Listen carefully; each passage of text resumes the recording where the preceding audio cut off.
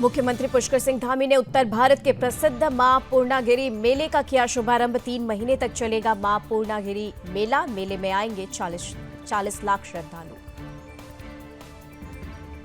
केदारनाथ में गैर हिंदुओं के प्रवेश पर रोक की तैयारी। धाम की पवित्रता के लिए उठाए जाएंगे सख्त कदम। मांस, मछली और शराब बेचने वालों पर होगी कार्रवाई।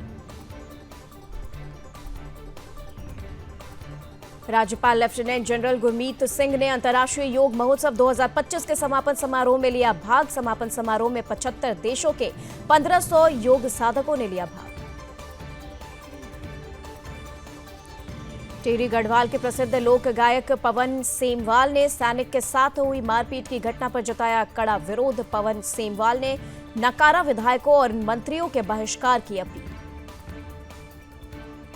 देहरादून में वनाग्नि से निपटने के लिए वन विभाग ने तेज की तैयारियों को लेकर बोले वन मंत्री सुबोध उनियाल। कहा, इस साल घटनाओं में कमी आई है। चारधाम यात्रा को ग्रीन चारधाम यात्रा बनाने के लिए हुई अभियान की शुरुआत। अभियान के तहत मंत्रियों को अपने पुरखों की याद में पौधारोपण करने के लिए किया जाएगा प्रेरित। उत्तराखंड में स्वास्थ्य सेवाएं हुई दुरुस्त। सेवाओं को लेकर बोले चिकित्सा शिक्षा के निदेशक डॉक्टर आशुतोष सयाना ने कहा, उत्तराखंड सरकार के पास पर्याप्त संख्या में डॉक्टर्स हैं। विकासनगर के रेस्टोरेंट में शरारती तत्वों ने लगाई आग। आग लगने से जलकर राख हुआ। उत्तराखंड से दिल दहला देने वाला मामला आया सामने। देहरादून के लोखंडी के पास आई खाई में गिरा तेज रफ्तार कार हादसे में 2 लोगों की मौत। और उत्तराखंड में मौसम ने फिर बदली करवट। लगातार बारिश के कारण एक बार फिर तापमान में आई गिरावट। सभी अधिकारियों को अलर्ट मोड पर रहने के निर्देश।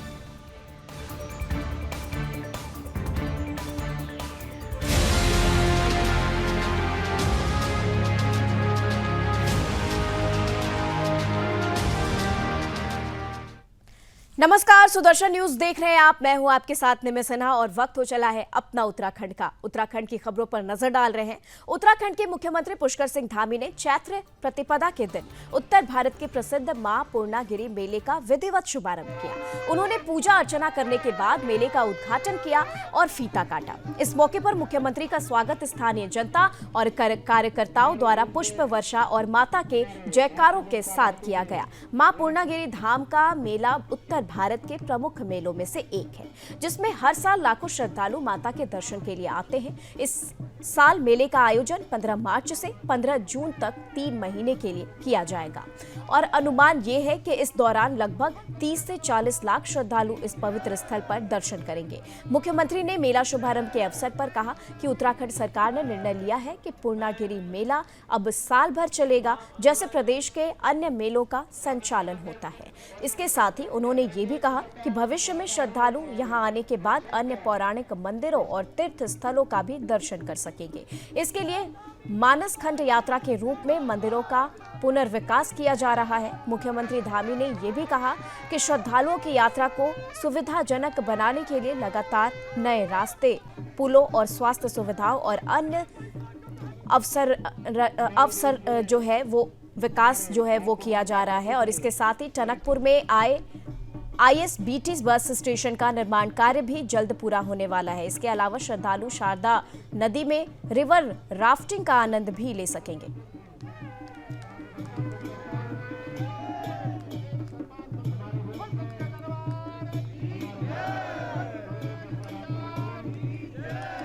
तो बता दें आपको टनकपुर से ये खबर, जहां पर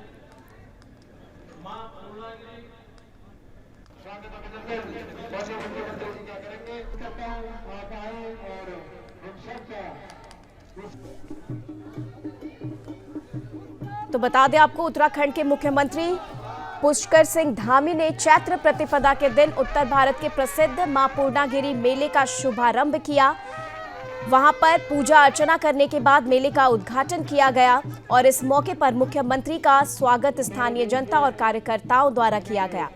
इसी के साथ मां पूर्णागिरि धाम का मेला उत्तर भारत के प्रमुख मेलों में से एक है और इस साल मेले का आयोजन 15 मार्च से लेकर 15 जून तक किया गया है। और ये अनुमान लगाया जा रहा है कि इस मेले में 30 से 40 लाख श्रद्धालु इस पवित्र स्थल पर दर्शन के लिए पहुंचेंगे। वहीं मुख्यमंत्री ने मेला शुभारंभ के अवसर पर कहा कि उत्तराखंड सरकार ने निर्णय लिया है कि पूर्णागिरि मेला अब साल भर चलेगा, जैसे प्रदेश के अन्य मेलों का संचालन होता है। इसके साथ ही उन्होंने ये भी कहा कि भविष्य में श्रद्धालु यहां आने के बाद अन्य पौराणिक मंदिरों और तीर्थ स्थलों का भी दर्शन कर सकेंगे।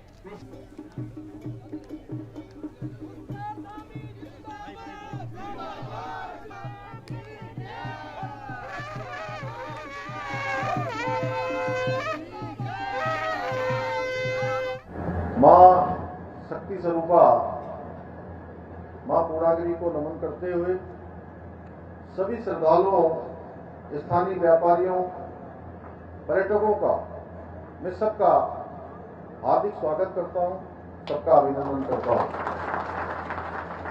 मेरा सौभाग्य है कि आज पुनः मुझे आस्था और अध्यात्म से ओतप्रोत इस पवित्र भूमि पर आयोजित होने वाले इस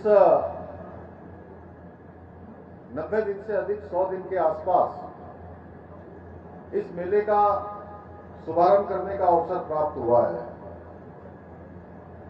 मां पूर्णागिरि जी के चरणों में शीश नवाते हुए ये कामना करता हूं कि उनका आशीर्वाद यहां पधारने वाले सभी श्रद्धालुओं के साथ साथ हमारे पूरे क्षेत्र को, हमारे जनपद को, हमारे पूरे प्रदेश को सदैव मिलता रहे। मां की कृपा हम पर सदैव बनी रही। भाइयों बहनों, ये हमारा सौभाग्य है कि हमने उस देवभूमि में जन्म लिया है जिसके कण कण में देवी देवताओं का वास है। हर एक स्थान पर आप जिधर चले जाइए, एक न एक नया आपको देवी स्थान मिलेगा। अगर मैं चंपावत जनपद की बात करूं तो कितने सारे देवी स्थान हैं। यहाँ गोलजू का स्थान है, यहाँ माँ बाराही का स्थान है, बयानपुरा बाबा का स्थान है, रणकुची मैया का स्थान है, अनेक स्थान है। भैरव बाबा का स्थान है, गोरखनाथ जी का स्थान है। इतने देवी स्थान कहीं और नहीं, हमारे चंपावत में ही और पूरे उत्तराखंड में आप जिधर जाएंगे आपको एक नया देवी स्थान दिखाई देगा। मैं देश भर में जहां भी जाता हूं वो लोग मुझसे पूछते हैं कि कौन कौन सी डेस्टिनेशन है जहां हम दर्शन करने जा सकते हैं, हम फिल्म शूटिंग करने जा सकते हैं, हम घूमने के लिए जा सकते हैं। तो मैं उनसे कहता हूं कि आप जिधर जाएंगे उधर आपको एक नया डेस्टिनेशन दिखाई देगा। ये 10, 20, 30 स्थानों की बात नहीं है कि प्रमुख 10, 20 स्थानों के लोग नाम लेते हैं। मां पूर्णागिरि का नाम तो खैर अभी किशन पांडे जी बता रहे थे 1620 से जो है यहाँ पर पूजा पाठ हो रही है। उत्तर भारत में ही, पूरे भारत में। मैं तो हर एक मीटिंग में, जो भी मीटिंग होती है, मेलों से संबंधित, धार्मिक स्थलों से संबंधित, 4 धाम यात्रा से संबंधित, मानसखंड यात्रा से संबंधित, तो मैं सर्वप्रथम मां पूर्णागिरि का उल्लेख करता हूं कि एक स्थान ऐसा है जहां श्रद्धालु इतनी बड़ी संख्या में आते हैं। मेरे ख्याल से पूरे उत्तराखंड के अंदर कुंभ का अवसर छोड़ दे या कांवड़ यात्रा को अगर छोड़ दे तो किसी भी एक धाम में आने वाले सर्वाधिक तीर्थयात्री, सर्वाधिक श्रद्धालु कहीं होते हैं तो मां पूर्णागिरि के धाम में होते हैं। और ये मेला ऐसे समय में होता है जब मैदानी क्षेत्रों में मौसम में जो है तपिश आ जाती है, सुस्तता कम हो जाती है, सर्दियां कम हो जाती हैं, फसल पकने लगती है। और क्या संयोग है, देखिए आजकल 2-3 दिनों से हम लोग लगातार अलग अलग स्थानों पर होली का त्योहार मना रहे हैं। वहीं कल ही हमारे उत्तराखंड का लोक पर्व हमने फूलदेई भी मनाया है। और ऐसे समय में मैं देख रहा था, आज मैं प्रातःकाल खटीमा में था तो सुबह में छत में गया था नामधारी की, तो मैं देख रहा था 1 महीने के अंदर गेहूं की फसल भी हमारी पकने वाली है। तो सच में नया वर्ष भी आने वाला है, वर्ष प्रतिपदा भी आने वाली है। ऐसे समय में मेला प्रारंभ होता है हमारा। यहाँ के जो हमारे वन है, उपवन है, विभिन्न रूपों में खिलकर वातावरण को फूलों से ऐसे महकाते हुए एक तरह से तीर्थ यात्रियों का, श्रद्धालुओं का, मां के द्वार आने वालों का स्वागत करने के लिए तैयार है। सही मायनों में कहा जाए तो यहाँ प्रकृति तीर्थ यात्रियों का स्वागत करने के लिए, उनकी प्रतीक्षा में आइए, मां के दर्शन भी करिए और सुंदर इस वन उपवन का भी, इसका भी आनंद लीजिए। और ये मेला हमारा प्रतिवर्ष एक, मैं कहूं को एक मिनी कुंभ के रूप में भी आयोजित होता है। और मेरा प्रयास मैं पहले दिन से कह रहा था, अभी मैं देख रहा था बिजली की लाइटें लगी है, हर साल लगती हैं, हर साल 3 महीने बाद इसको उखाड़ दिया जाता है।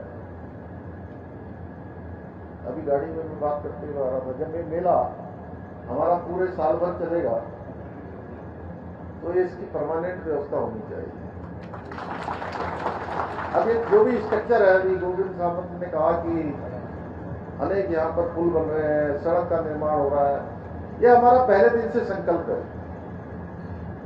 और 1620 में जब मैया ने यहाँ पर तिवारी जी के पूर्वजों ने इसकी स्थापना करी थी, तो ये उसी समय मैया ने तय किया होगा कि 21वीं सदी में, जैसे हमारे प्रधानमंत्री जी ने कहा ना, वहाँ बाबा केदार के धाम से उनके मुख से शब्द निकले कि 21वीं सदी का ये दशक उत्तराखंड का दशक होगा। और हर दृष्टि से आने वाला समय, ये जो हमारा ये मां पूर्णागिरी का पूरा जो धाम है, इसके आसपास का क्षेत्र है, हमारा देव स्थान है, मां शारदा का स्थान है। ये स्थान बहुत ही एक शानदार रूप लेने वाला है। यहाँ हम वेडिंग डेस्टिनेशन बनाने के लिए भी काम कर रहे हैं, टूरिस्ट डेस्टिनेशन बनाने के लिए भी काम कर रहे हैं, मैया का मेला 12 महीने चलता रहे उसके लिए भी काम कर रहे हैं। इसके साथ साथ यहाँ शारदा रिवर फ्रंट बनाने पर भी काम चल रहा है। मैं माननीय प्रधानमंत्री जी का धन्यवाद करता हूँ कि उन्होंने हमारे आग्रह पर पूरे 2 घंटे तक मां शारदा पर बनने वाले कॉरिडोर का स्वयं उन्होंने उसकी समीक्षा करी। आने वाले समय में एक बड़ा सर्किट यहाँ बनने वाला है कि तीर्थयात्री हमारे यहाँ आए और यहाँ आने के बाद केवल एक प्रतियोगिता जैसी न करें पांडे जी, जैसे प्रतियोगिता होती है ना कि माँ को ढोक लगानी है और ढोक लगा के वापस चले जाना है। हम तो जाते हैं, ढोक लगाओ, आराम से आओ, ढोक लगाओ, उसके बाद एक दिन रणकोटी जाओ, एक दिन जो है माँ बाराही जाओ, एक दिन जो है हमारा रीठा साहब जाओ, एक दिन बयानधुरा बाबा जाओ, एक दिन गोलजू के यहाँ दर्शन करने जाओ, हमारा है गोरखनाथ जाओ। पूरा जो है पूरा एक सर्किट बनाकर आसपास के 3-4 दिनों का कार्यक्रम बना के आए। शारदा कॉरिडोर भी जो है उसी का एक रास्ता है, उसी का एक स्वरूप है। लोग आएंगे, जाएंगे, अपने बच्चों के लिए अच्छा स्थान बनाएंगे। अभी 11 नहीं, 2 पार्किंग अभी और कल ही मैंने स्वीकृत करी है यहाँ आने से पहले, अब 13 हो गई है। 13 मल्टी पार्किंग, अभी कोई पढ़ रहा था यहाँ से 11 बन रही है, 11 नहीं अब 13 स्वीकृत हो गई, हर जगह पर बन रही है। टनकपुर का हमारा बस अड्डा जो पहले 56 करोड़ स्वीकृत हुए थे, अब वो जो है 200 करोड़ से भी ज्यादा स्वीकृत हमने उसमें कर दिया। बड़ा टर्मिनल ISBT बनने जा रहा है। अच्छा है आपने खटीमा में बाईपास भी बना दिया, अब तो आसानी से जो है लोग यहाँ आ जाए, क्यों नामधारी जी, कोई दिक्कत नहीं होगी। आपके लिए भी सुविधा है, इनके लिए भी सुविधा है। पहले ये अंदर से जाते थे तो लोग जाम लगता था, धूल उड़ती थी, एक्सीडेंट होते थे, रोड खड्डे मड्डे। अब तो पता लगता है वर्मा जी कहाँ कब झनकट पहुंच गए पता ही नहीं लगता होगा। चुकी पार यहाँ से उठाया आपने और जो है सीधे पार। क्यों नहीं? और चलिए इसी के साथ खबरों में आगे बढ़ रहे हैं और बात केदारनाथ की कर रहे हैं, जहां पर केदारनाथ भारत के सबसे महत्वपूर्ण हिंदू तीर्थ स्थलों में से एक है, जो लाखों श्रद्धालुओं के लिए आस्था का केंद्र है। यह मंदिर भगवान शिव को समर्पित है और हिंदू धर्म में इसका विशेष स्थान है। धार्मिक दृष्टिकोण से इस तरह के कदम को पवित्रता और आस्था की रक्षा के रूप में देखा जा सकता है। कई श्रद्धालु इस विश्वास के साथ आते हैं कि इस मंदिर में प्रवेश केवल उन्हीं के लिए है जो विशेष रूप से हिंदू धर्म से संबंधित है। ऐसे में इस कदम को धार्मिक स्थलों के संरक्षण और उनकी पवित्रता बनाए रखने के रूप में देखा जा सकता है। लगातार केदारनाथ यात्रा में बढ़ रहे व्यापार जिहाद पर भी अंकुश लगेगा, क्योंकि केदारनाथ में अब गैर हिंदुओं के प्रवेश पर प्रतिबंध लगाने की तैयारी चल रही है। इस बात की जानकारी स्थानीय विधायक आशा नौटियाल ने दी है। आशा नौटियाल ने कहा है कि कुछ गैर हिंदू यानी कि मुसलमान केदारनाथ धाम को बदनाम करने के लिए वहां पर मांस, मछली और शराब परोसने का काम करते हैं। ऐसे में उन लोगों को चिन्हित करते हुए उन पर प्रतिबंध लगाया जाएगा। उनका भी यही प्रयास है कि उन्होंने आगे कहा है कि पिछले दिनों प्रभारी मंत्री सौरभ बहुगुणा ने भी वहां पर तमाम लोगों के साथ बैठक की, जिसमें ये सुझाव भी आया था कि गैर हिंदू केदारनाथ धाम को बदनाम करने का काम करते हैं, उन्हें चिन्हित किया जाए और उन पर पूरी तरह से प्रतिबंध लगाया जाए। और चलिए इस खबर पर विशेष जानकारी के साथ उत्तराखंड के ब्यूरो चीफ कृष्णा कुमार हमारे साथ हैं। कृष्णा, ये बताएं कि जो गैर हिंदू हैं उनका केदारनाथ इलाके में प्रवेश वर्जित किए जाने को लेकर अब पहल हो रही है। किस मायने में ये समाज के लिए और केदारनाथ की पवित्रता को कायम करने के लिए महत्वपूर्ण है और कैसे ये संभव किया जा रहा है? बिल्कुल निम्न, देखिए काफी लंबे समय से स्थानीय जनता और तमाम हिंदू संगठन मांग कर रहे थे कि केदारनाथ के साथ साथ चार धाम के जितने भी पवित्र स्थल है उन पे गैर हिंदुओं का जो प्रवेश है और व्यापार पर प्रतिबंध लगे, जिसका संज्ञान अब वहाँ के स्थानीय विधायक आशा नौटियाल ने लिया है। उन्होंने भी सीधा कहा है कि जिस तरह से अब लगातार ही उनके पास शिकायतें पहुंच रही थी, क्योंकि कुछ दिनों पहले ही केदारनाथ की समीक्षा यात्रा उन्होंने करी थी, जहां पे प्रभारी मंत्री सौरभ बहुगुणा भी पहुंचे थे और उन्होंने तमाम जनता से एक तरीके से सुझाव आए थे और कई लोगों की शिकायतें भी थी कि यहाँ पे गैर हिंदू जो है वे आके व्यापार करते हैं और एक तरीके से अनैतिक व्यापार, जैसे कि हम बात करें मीट की, मांस की, शराब की, तो ऐसे व्यापार को वो अंजाम देते थे, जिसकी कई घटनाएं भी जो है वो पिछली बार यात्रा में हर वर्ष ही सामने आती है। लेकिन इस बार कुछ कमी देखने के जो है निमे वो मिल सकती है, क्योंकि इसका संज्ञान अब विधायक ने ये मुद्दा उठाया है। उम्मीद जताई जा रही है कि जल्दी मुख्यमंत्री पुष्कर सिंह धामी इस पूरे मामले का जो है वो संज्ञान लेंगे और इस पर एक बड़ी कार्यवाही यानी कि प्रतिबंध के लिए आदेश भी जारी कर सकते हैं निमे। बिल्कुल, और मांस, मछली, शराब बिक्री को लेकर के उस स्थल पर किस तरीके से एक्शन लिया जा रहा है? निमे अपना सवाल दोहराइए, मैं सुन नहीं पाया हूँ। बिल्कुल, मांस, मछली और शराब बिक्री को लेकर उस इलाके में किस तरीके से प्रतिबंध लगाने की योजना तैयार की जा रही है?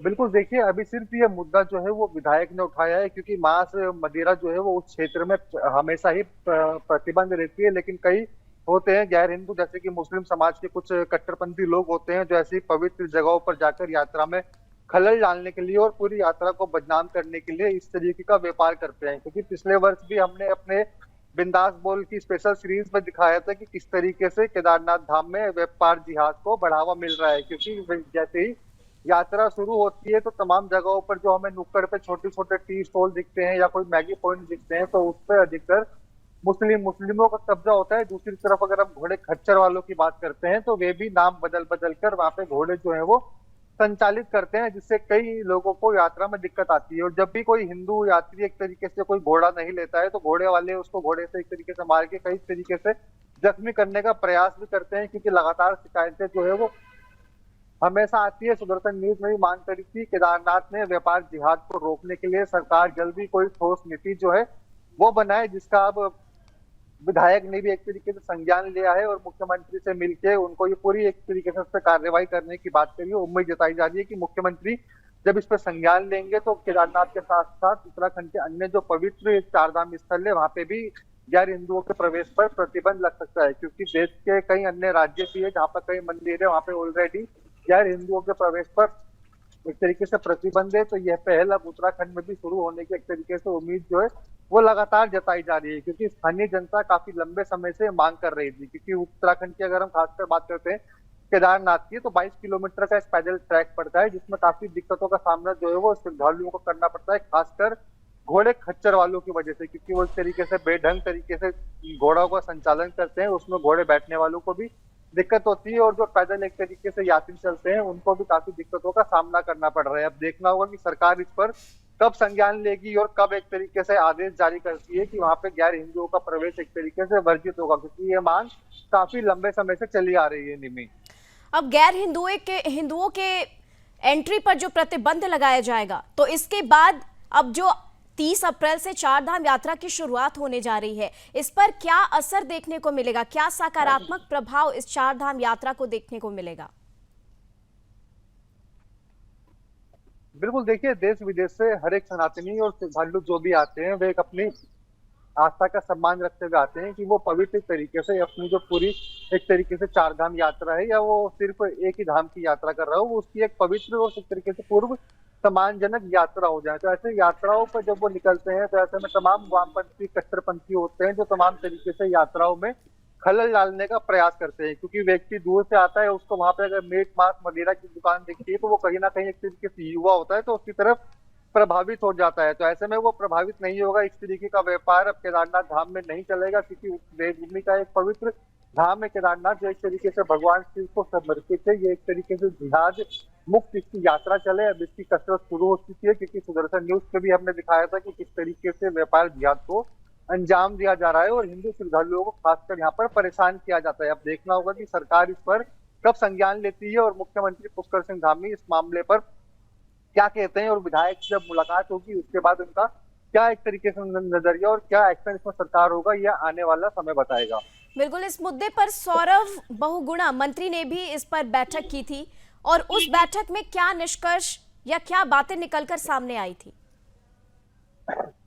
बिल्कुल निमी, देखिए जिस तरीके से मैंने आपको पहले बताया कि कुछ दिनों पहले मंत्री सौरभ बहुगुणा की अध्यक्षता में केदारनाथ यात्रा की एक तरीके से समीक्षा बैठक करी थी, क्योंकि सौरभ बहुगुणा जो है वो रुद्रप्रयाग जिले के प्रभारी मंत्री भी है। तो केदारनाथ यात्रा की समीक्षा के दौरान जो उधर के स्थानीय व्यापारी गण आए थे और हिंदू संगठन के नेता आए थे और तमाम एक तरीके से पंडित समाज के लोग आए थे, तो ऐसे में लोगों ने तमाम मुद्दे उठाए थे कि उत्तराखंड में जो बाहरी लोग हैं जो गैर हिंदू हैं वो तमाम यहाँ पे आके व्यापार करते हैं, चाहे हम बात करें मीट की, मदिरा की, मांस की, तो इस सब काम करके वे जो है हिंदुओं की यात्रा में एक तरीके से श्रद्धा में खलल डालते हैं। तो ये ऐसे लोगों पर प्रतिबंध करना चाहिए। मंत्री सौरभ बहुगुणा की अध्यक्षता में यह बैठक हो रही थी, जिसमें तमाम लोगों के इस तरीके के सुझाव आए हैं जिनका संज्ञान लेकर उन्होंने कार्यवाही की और ऐसा इन पे प्रतिबंध लगाने की बात कही थी। बाकी जो है आशा नोटियाल ने इस पर सटीक जानकारी दी है, क्योंकि वो खुद केदारनाथ से जो है वो विधायक है, वहां की जनता ने उनको चुना है, तो जाहिर सी बात है कि वो जनता की समस्याएं भी सुनती है। तो उन्होंने जनता के आधार पे ही जनता का ये फैसला मानते हुए मुख्यमंत्री तक बात करने की ये बात कही और कहा है कि जल्द ही